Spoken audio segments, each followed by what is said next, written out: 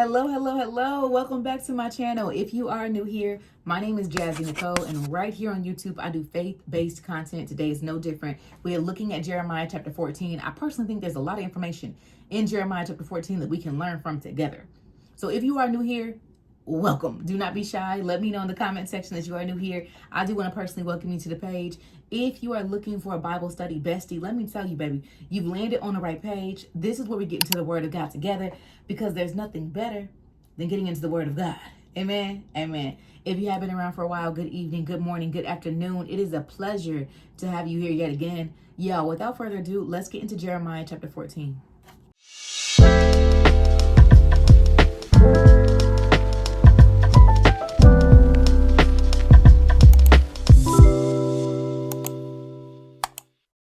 You already know what we need to do. We do want to invite God into our conversation. So, dear Heavenly Father, God, we thank you so much for the opportunity for fellowship, for your word, your resource, your owner's manual, what you left behind for us so we can navigate this world today. Heavenly Father, we pray that during this reading, we focus solely on your word. Heavenly Father, your godly wisdom, if you could please give us that. Heavenly Father, your presence, God. God, we ask to eliminate distractions so we can focus solely on your word. In Jesus' name we pray. Amen. All right, so we got to get into an intro. If you have not read chapters 1 through 13, do yourself a favor, because it's good. It is good. There's so much you can learn from Jeremiah, but I'm going to give you a brief little synopsis about Jeremiah. So Jeremiah is a prophet that was chosen by God at either a very young age or very young in experience. That was in Jeremiah chapter 1. But Jeremiah, what's noted about Jeremiah is he's the son of a priest. So he lived in a town called Antioch, and this town was located in Judah. And we know that Jeremiah was faced with a big assignment. That assignment was to tell Israel, y'all messing up, y'all forgot about God. It was also to tell Judah and its capital, Jerusalem, y'all tripping. Y'all say y'all love God, but y'all ain't really loving him like that.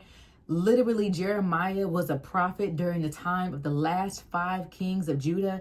Currently, during this time, we are looking at the 3rd king that Jeremiah prophesied under. This king is not a good man, Savannah. His name is Jehoiachin. Okay, Jehoiachin. And he's not a good man. And the people of Judah are very prideful. But what we notice in Jeremiah chapter 14 is just how far their pride extends. It's just how low they will go to get God to move.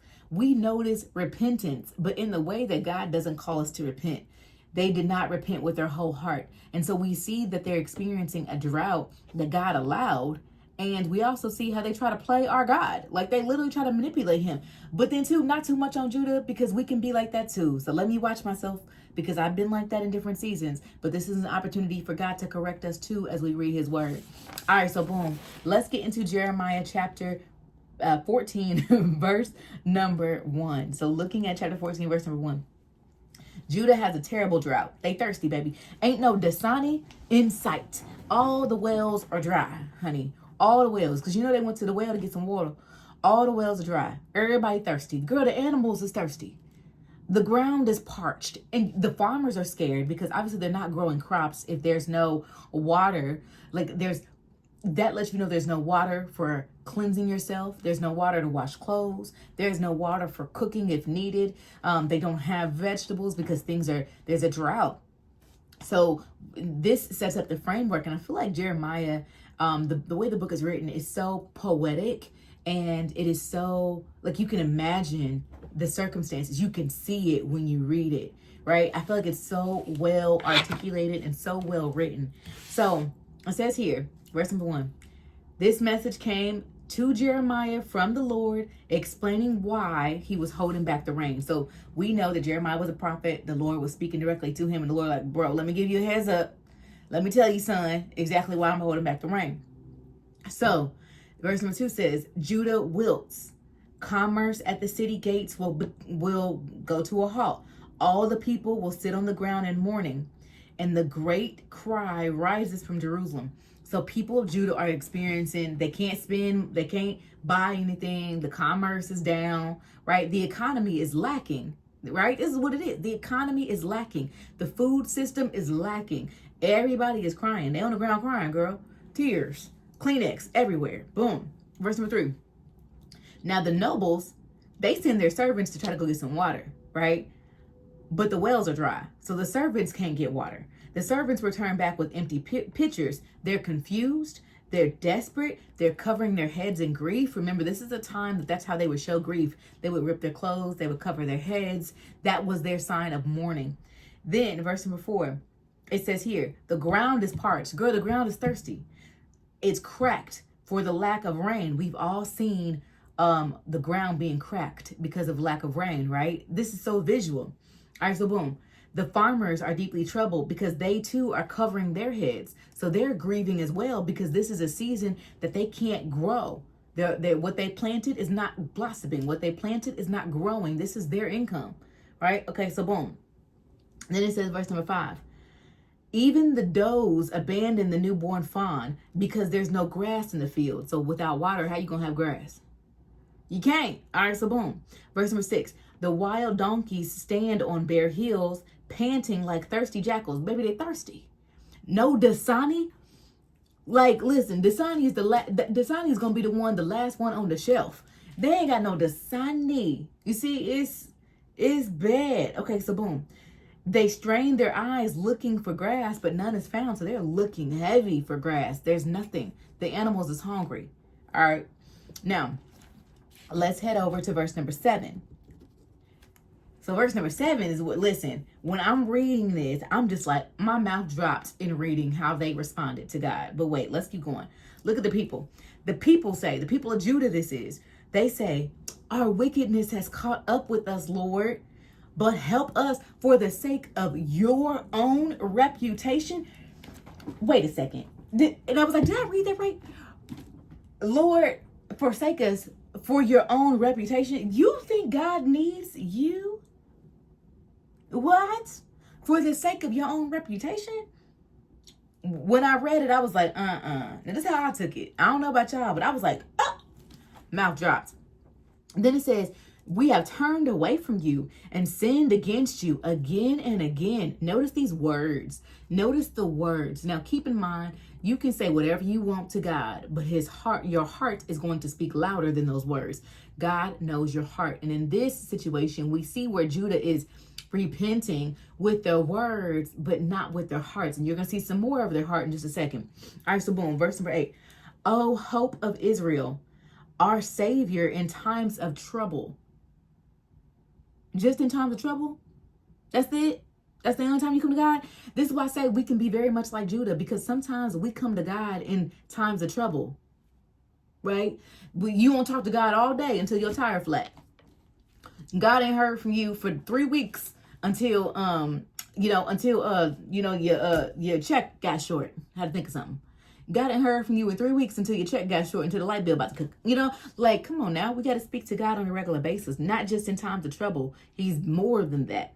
Then it says here, why are you like a stranger to us? Not they question him now. Why are you like a stranger? Why are you like a traveler passing through the land, stopping by only for the night? You see how they're trying to play him? Listen, like God has literally been trying to warn them for 3 kings, through 3 kings at this point.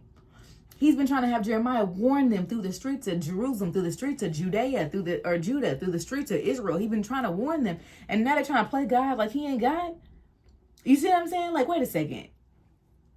To me, they're trying to, what's the word I'm looking for? I can't think of the word. Manipulate? Gaslight. Not they're trying to gaslight God. You see what I'm saying? All right, so boom. Then it says, wait a second, because verse number 9 had me stopped in my tracks talking about something. Are you also confused? Do you see what they said to God? They said, are you also confused? Is our champion, notice the language here. That says a lot about the heart. Is our champion helpless to save us? Girl, God created all this. You hear me? Okay, so it says, you are right here among us, Lord, and we are known as your people. So now they're calling themselves his people. Please don't abandon us now. Listen, when I read that, I said, I know y'all playing. Right? Verse number 10. So this is what the Lord says to his people. He said, you love to wander away from me. Listen, don't it sound more and more, this lets you know it's more of a relationship than anything. You love to wander away from me, but you don't restrain yourselves. Like, you don't control yourself. Therefore, I will no longer accept you as my people. Now I will remember your wickedness and punish you for your sins, because This is very wicked to approach God with apologies that are meaningless, to approach God with apologies with just your words, but your heart is far from him. And your words are even prideful. Don't you see that? Their words are even prideful. Verse number 11. This is when the Lord talks to Jeremiah and he says, listen, stop praying for them. Stop. Okay. The Lord said to me, do not pray for these people anymore. Now, this doesn't forbid him from expanding goodwill to the people of Judah. You know, it seems like Jeremiah has a really good heart. But what this does say is God telling him, listen, don't expect nothing from them. Don't expect me to turn from my decision. Don't expect me to save them. It ain't going to happen. Verse number 12 says, for they fast and I will pay no attention. When they present their burnt offerings and their grain offerings to me, I won't accept them. Instead, I will devour them with war, famine, and disease. This is important for us because sometimes we can be seeking God, but our intentions are off. We're not seeking God with our whole heart. We're seeking God for what he can do for us, but not seeking God for our relationship with him. So we do have to be very mindful of that and check our hearts too, because God sees our heart. How is your heart showing up for him? All right, verse number 13. And then I said, oh, sovereign God, look at the prophets. Again, this tells you a lot about the heart of this community, because look at the people who are called prophets. The people who are called prophets are telling them, well, all is well. There's not going to be any war. There's no famine that's going to come. The Lord is surely going to give you peace. Their prophets are giving prosperity gospel in a time that God is giving them punishment. Do you see that? This is why it's so important for us to use discernment, because had they had discernment and had they been listening to God's voice instead of the voice of mere men, they would have looked at what God was saying and took it for what it was. However, you have people who are giving prosperity gospel, even in this day and age. They're giving prosperity gospel. They're not hearing that from the Lord. They're saying what they want to say to appease people, and people are falling for it. And we have to be mindful not to be those. Verse number 14 says, then the Lord says, these prophets are telling lies under my name. Baby, there's nothing new under the sun, because this is what's happening here.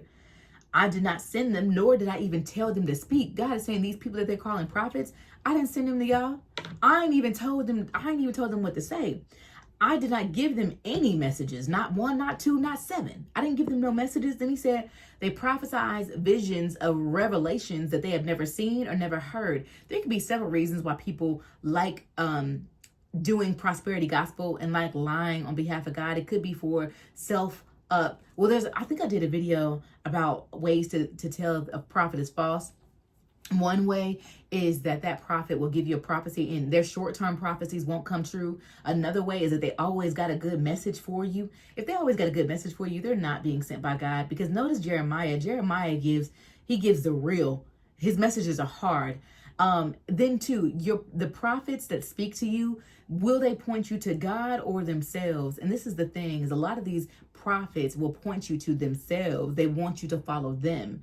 They want you to be under their covenant and not the covenant of God. So you have to be mindful of that, because false prophets will tend to do that. They like to exalt themselves and not the Heavenly Father. So imagine how many people during this drought flocked to these false prophets to hear some good news when God is giving them punishment, right? Okay, so boom. It says here, they speak foolishness made up in their own lying hearts. Therefore, this is what the Lord says, I will punish these lying prophets, for they have spoken in my name, even though I never sent them. They say that there is no war or famine that will come, but they themselves are going to die from war and famine. He's like, listen, they said that this is not going to come, but them themselves are going to experience it. Then it says, as for my people to whom they prophesy, their bodies will be thrown out into the streets of Jerusalem, victims of famine and wars. This is what this is saying. This is saying, listen, they're giving these prophecies of these things that they say are not going to happen. But not only are those prophets going to experience it, but also the people of Judah are also going to experience it. There will be no one left to bury. Husbands, wives, sons, and daughters will all be gone, for I will pour out their own wickedness on them. Verse number 17 says, Jeremiah, say this to them. Night and day, my eyes flow with tears. I cannot stop weeping. God is grieving. It says, my virgin daughter, my precious people, has been struck down and lies mortally ruined. So virgin daughter is prophetic, and it's talking about the daughters of Zion. You can find more information about that on Isaiah chapter 37, verse 22, or even Lamentations or Amos. I feel like I always say Amos wrong. Amos, chapter 5, verse 2. This is basically means God's kids. Virgin daughter basically means beloved. So he's saying my love, my heart, my virgin daughter, she's going to experience all this because of her lies. Verse number 18 says, if I go out to the fields, I see bodies of people slaughtered by the enemy. If I walk into the city streets, I see who have died of starvation. The prophets and priests continue their work, but they don't know what they're doing. So even in a town that's desolate, the prophets are still giving prosperity gospel, and they're lying on the word, on the name of God. Does that make sense? I hope so. All right. So verse number 19. Lord, now the verse number 19 through 22, I had to read up a little bit on this because in verse number 11, God says, don't pray for them. But in verses 19 through 22, shortly after, we see a prayer for healing. And I was like, wait a second, God just told him not to pray. But this is what's actually happening in verses 19 through 22 is some people would come to Jeremiah. Some people would actually listen to Jeremiah. Some people, not all, but some. And they would sit with them, and Jeremiah would intercede on behalf of them. So Jeremiah would talk to God on behalf of them. So this is an intercession from the people through Jeremiah to God. Okay. So that's what some scholars say. And it makes so much sense when I think about it that way. It makes more sense for me. But that's what some scholars say. They say he's interceding. Now, it says here in verse number 19, Lord, have you completely rejected Judah? Do you really hate Jerusalem? Why have you wounded us past all hope of healing? We hope for peace, but there's no peace. We hope for a time of healing, but we only found terror. Remember, God has been telling them this all through Jeremiah. Verse number 20, Lord, we confess our wickedness and that of our ancestors too. We have sinned against you. Again, their heart is far from God. Their words sound good, but their heart is far from him. Verse number 21, for the sake of your reputation. This is how you know. For the sake of your reputation. Imagine trying to apologize to somebody and be like, well, for your good, you better accept my apology. That's how I took it. Like, what? Oh, for the sake of your reputation. This is how you know, like, they're trying to use God's goodness against him. They are gaslighting him, low key, right? Lord, do not abandon us. Do not disgrace your own glorious throne, but remember us and do not break your covenant with us. Remind you, they already broke the covenant. They kept breaking it by worshiping other gods. Verse number 22. Can any of the worthless foreign gods send us rain? Does it fall from the sky by itself? No, you are the one, our Lord. Only you can do such things. So we will wait on you to help us. Now, this is very interesting because the whole time they have been worshiping other gods, and now they're acknowledging the one true God, but they're doing it in a way to get deliverance from a drought instead of a way to really repent and turn from their sins. And I think for us, what we can take from that is we do want to be very mindful that when we do repent, we need to be repenting with our whole heart. True repentance comes with a change. True repentance comes with us turning from our sins. Does that mean you're not going to make a mistake? You may make a mistake again, but true repentance means that you're going to do everything you can to turn away from that so that you don't fall into the same habits because you value God much more than the sin. This is what stood out to me in Jeremiah chapter 14, but I'm really interested in what stood out to you. So let me know in the comment section, and I will see you guys tomorrow for Jeremiah chapter 15. You guys have a good day. Bye.